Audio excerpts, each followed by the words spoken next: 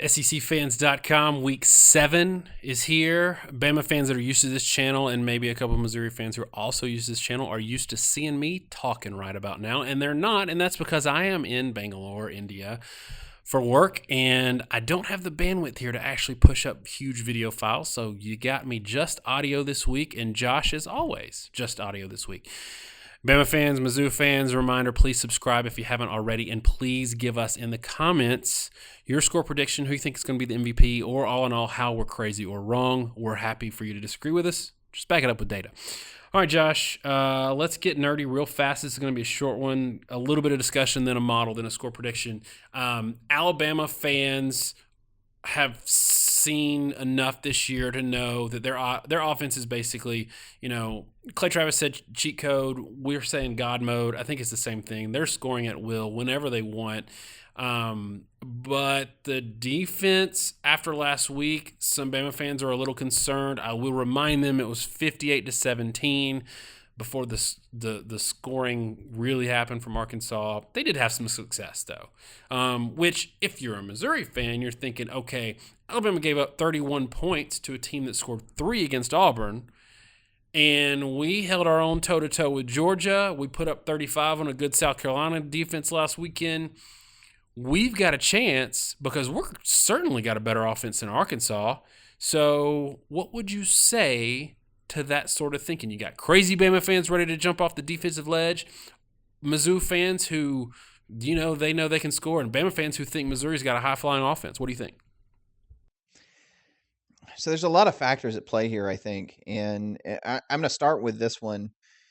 If you accept the fact that Arkansas going into the game against Alabama was at or worst in most offensive statistics, then none of this actually makes sense, really. You can't score it away with a scoring production because Alabama, the most they've given up in a game is 23 points to Texas A&M. They give up 7 to Ole Miss.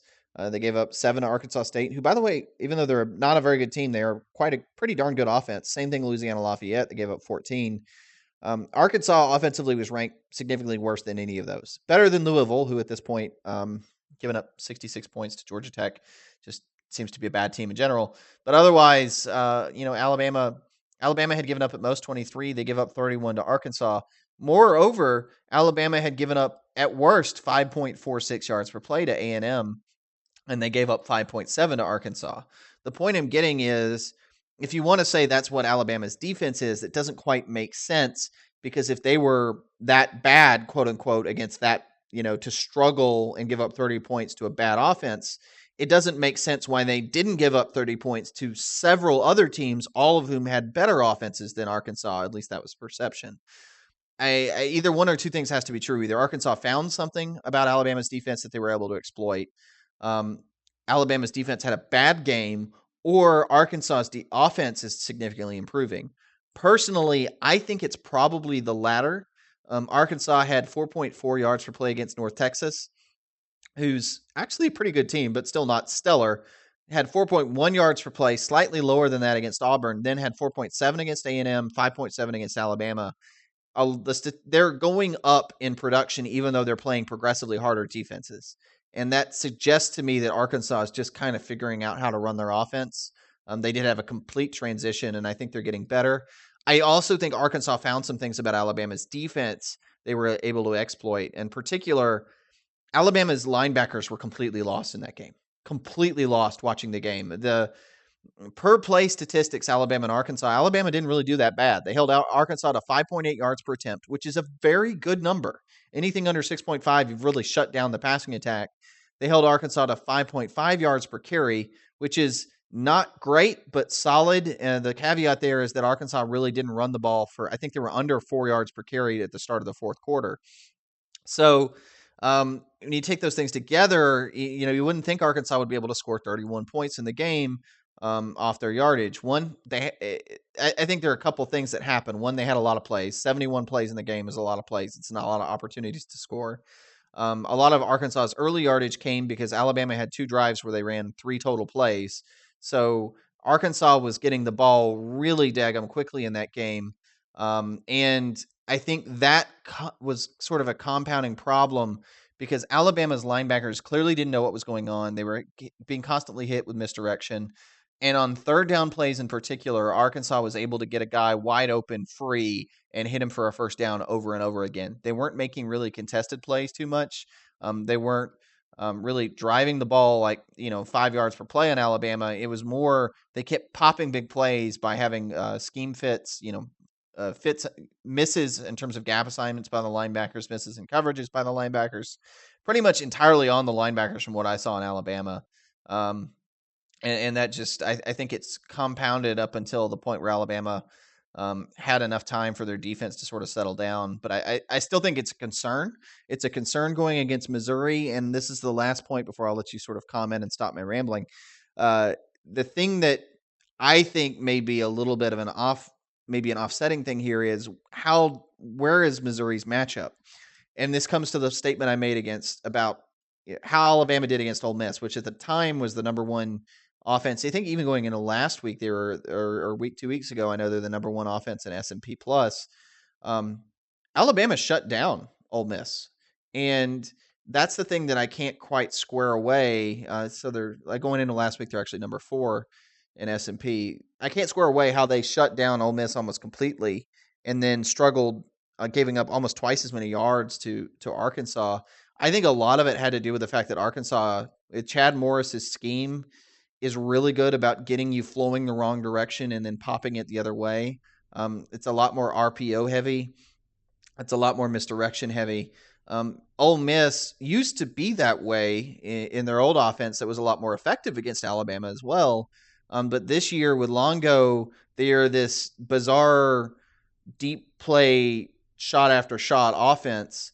My concern is I think Missouri may be more offensively like Ole Miss than Arkansas.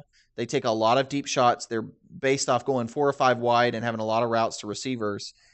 I think that plays into Alabama's hand because Alabama has a good pass rush and they have a really good deep secondary and they can line up 4 or 5 wide on you and be successful. Where Arkansas had more success was having 2 tight ends in the formation, and then slipping a tight end, doing a bootleg and switching the tight end on the what they call it, the oh crap play, and hitting them on the backside, stuff like that. It's not the style of offense Missouri runs, and that's sort of the caveat I would have on the success you should expect from Missouri to have in this game. The other thing that I would say that might temper a little bit of Alabama fan freak out right now facing what is statistically and objectively a good offense is something that you've been on pretty heavy this year with Missouri is they're a running team. Like, they're running the ball really well. Crockett and Roundtree are getting after it on the ground. And while that sounds great for Missouri, and it would be in most games, it is not great against Alabama because they don't give up running. They haven't been as good this year in the run defense, but they're still an elite run defense. So if you need, like last weekend, you put up 286 on the ground. Roundtree had 6.9 yards per carry. Crockett had 7.7, and you still didn't function well at quarterback. You threw it 36 times for 5.7 per. You're really not going to function at quarterback if they're not running the ball. Then your offense transitions into what you were talking about, where you look more like the Georgia game, where Drew Lock threw it 48 times. And teams that throw it 40, 50 times against Alabama generally do not win unless they've got Deshaun Watson back there and they're not Alabama's not playing offense and they get a bunch of plays. So having said that, being that you've been on Missouri in a good way, that they've been a great running team, and then you look at the fact that Crockett only has 4 receptions all year, because the other thing that Arkansas killed Alabama on and Louisville killed Alabama on was RB Wheels. Does that, even though you're high on Missouri as a run team, does that play a lot into Alabama's hands? I think it does, and it's interesting because both Georgia and Alabama are giving up about 90% of opponent rush averages, which are just good numbers and not much more than that. The funny thing to me with that, though, is Alabama's all their statistics are so screwed up because of how quickly they're getting up on teams. I mean, it's one thing to say you're winning by a lot, or you're winning in blowouts and you're putting in backups. But again, Alabama has not played their starting quarterback, Tua Tagovailoa, in the fourth quarter all season. They're in week 7. They've gone 6 weeks without the starter ever seeing the fourth quarter.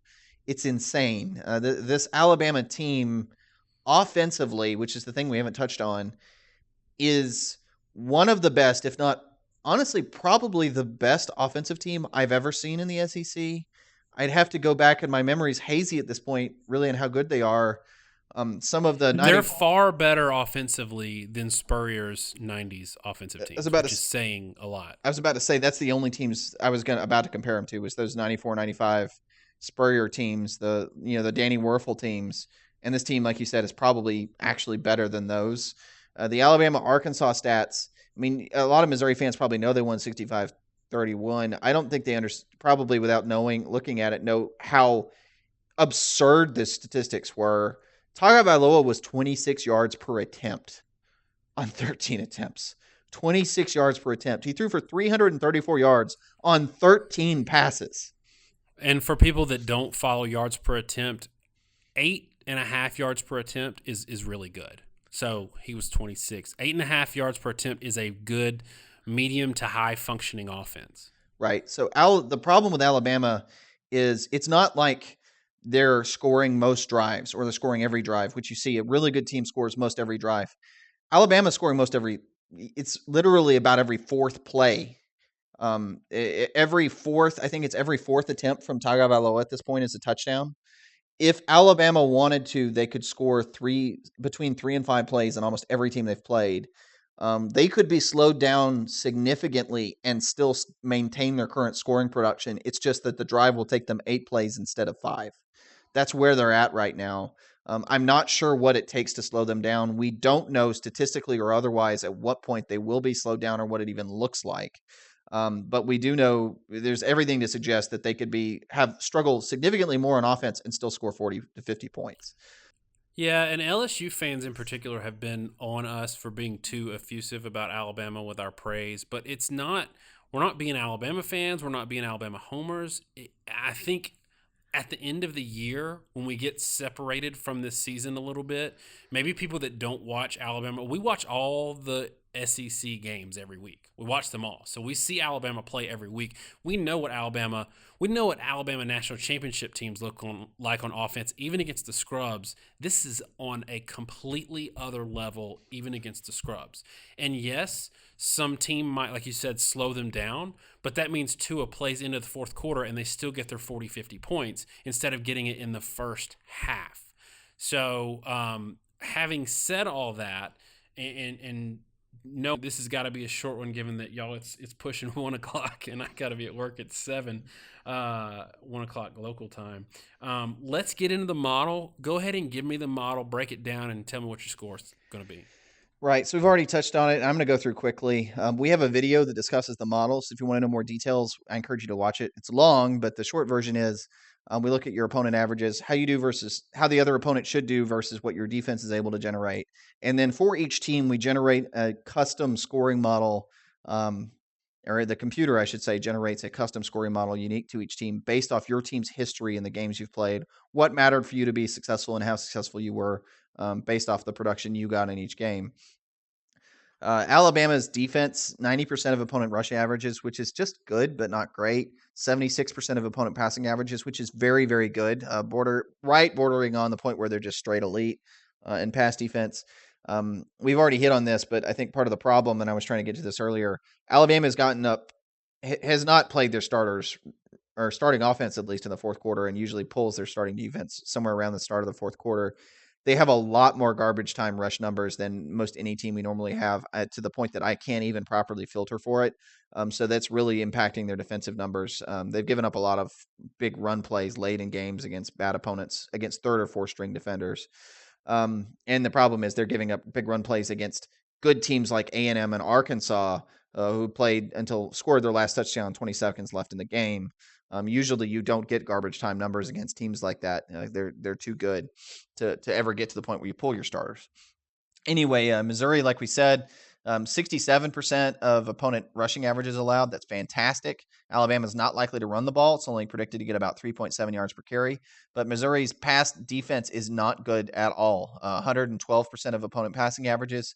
Better than it was a few weeks ago. Against Georgia, it was 140% of opponent passing averages, which was terrible, quite frankly. Missouri fans shouldn't be shocked by that. Most years, this would be a good defense and be a tough matchup for Alabama. Same way Texas A&M was, really similar a lot of ways to Texas A&M matchup last year, where Texas A&M was able to stop Alabama's run, and this was a close game. The problem is this is not the same offense Texas A&M faced last year. So even though they'll stop the run last year, whereas that made a low-scoring game for Alabama, this year Alabama is expected to get 15 yards per attempt in this game. That is not a crazy number. They have had numbers like that throughout the season. Missouri at 5 yards per play is a pretty realistic number against Alabama, but Alabama is expected to average almost 9 yards per play. And because of that, Alabama is expected to score 56 points. Missouri is expected to score 30. So it's expected to be a high scoring game. Not surprising from a good Missouri offense. But still, Alabama, until further notice, you're going to have to score 50 points to beat them. And it seems almost impossible, absent a just really unusual or bizarre game from them, to be able to win. So that's the model scores: Alabama 56, Missouri 30. My caveat to that is, I think the model is maybe over predicting a little bit how much Missouri would score based off their past. I think Missouri is a little too vertical. Alabama's secondary is very good and very opportunistic, and they're also very deep. They could score a lot. You never know. Alabama gets up enough that there's always garbage points. I hate to say this to Mizzou because it sounds like an insult, but Alabama is one of the best teams I've seen in a long time in college football. I have this game Alabama 66, Missouri 13. I don't think if that happens, it's in any way an insult to Missouri, or you should take anything negatively from it. I just think Alabama is probably minimum at this point 2 to 3 touchdowns better than anyone else in college football. And if you're not a top 5 to top 10 team, you're going to struggle to even stay in the ball game. All right. So what I liked about the model is that it's averaging, I think it was at 8.9 yards per play is what it picked for Alabama. Correct. So Alabama right now averages 8.62 yards per play, which means if we're taking this out to 4 quarters, that's about dead on Alabama's average. They average 56 points per game. So again, to Missouri fans are going to be upset about this, but realize you gave up 500 yards passing to Purdue and 37 points. So if Alabama has their average day, which their average day has included a lot of garbage time, if they have their average day, they get 56 points. I'm going to go 54 to 20, Alabama, and I don't know what the spread's going to be. I imagine that's going to cover. It's probably going to be between 28 and 30. 54 to 20. I will give this caveat, though. If they're scoring early, Nick Saban has shown that he's willing to keep the foot on the gas for a while if a team shows they can score against his starters. So I would not be shocked if it gets into the 60s. We saw this against Arkansas last week, that it got into the 60s. So I wouldn't be shocked. If Missouri scores, say, something like the Georgia game last year, if they score 20 in the first half, it could get into the 70s. No slight to Missouri. Honestly, I said offense on God mode. I don't think if you, aside from like Georgia Tech, Cumberland, 270 to nothing or whatever, in real modern college football, I don't think we've ever charted an offense like this. And it's not, regardless of who they've played, regardless of competition, I don't think we've ever charted an offense like this. I honestly think they could have scored 70 points every game this year if they wanted to. I agree. And then the last statement I make there is, it basically, to your point, Alabama has shown that they're going to keep the pedal to the metal until they're up about 30 points. And that's the point they let off and usually put Jalen Hurts in at quarterback. So whatever Missouri scores, you should expect Alabama to try to maintain a 30-point or greater lead. I don't know that we're going to have any clue where the stopping point is for this offense, probably until they play LSU, because LSU's pass defense is good enough. I don't think and I don't know then if LSU is going to be able to slow them down. And we're going to basically be predicting this kind of game every week, which is why we haven't done very many Alabama games until that point. And it may well prove that they put 40 or 50 on LSU and we just shake our heads and we go, I don't know how you beat them.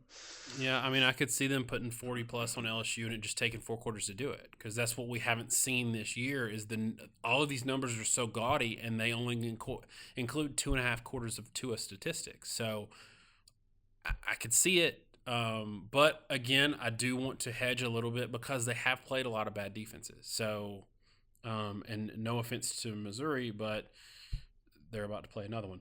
All right, so I think we've probably lost all the Missouri fans at this point. But if we haven't, please let us know what you think the score is going to be. Let us know if you think Alabama's going to cover, because I imagine this show will come out a little later than normal, given my travels. It's probably Tuesday or maybe even Wednesday. But let's have a discussion in the comments. Please subscribe if you haven't already. Thanks so much, y'all. Have a great week, and God bless.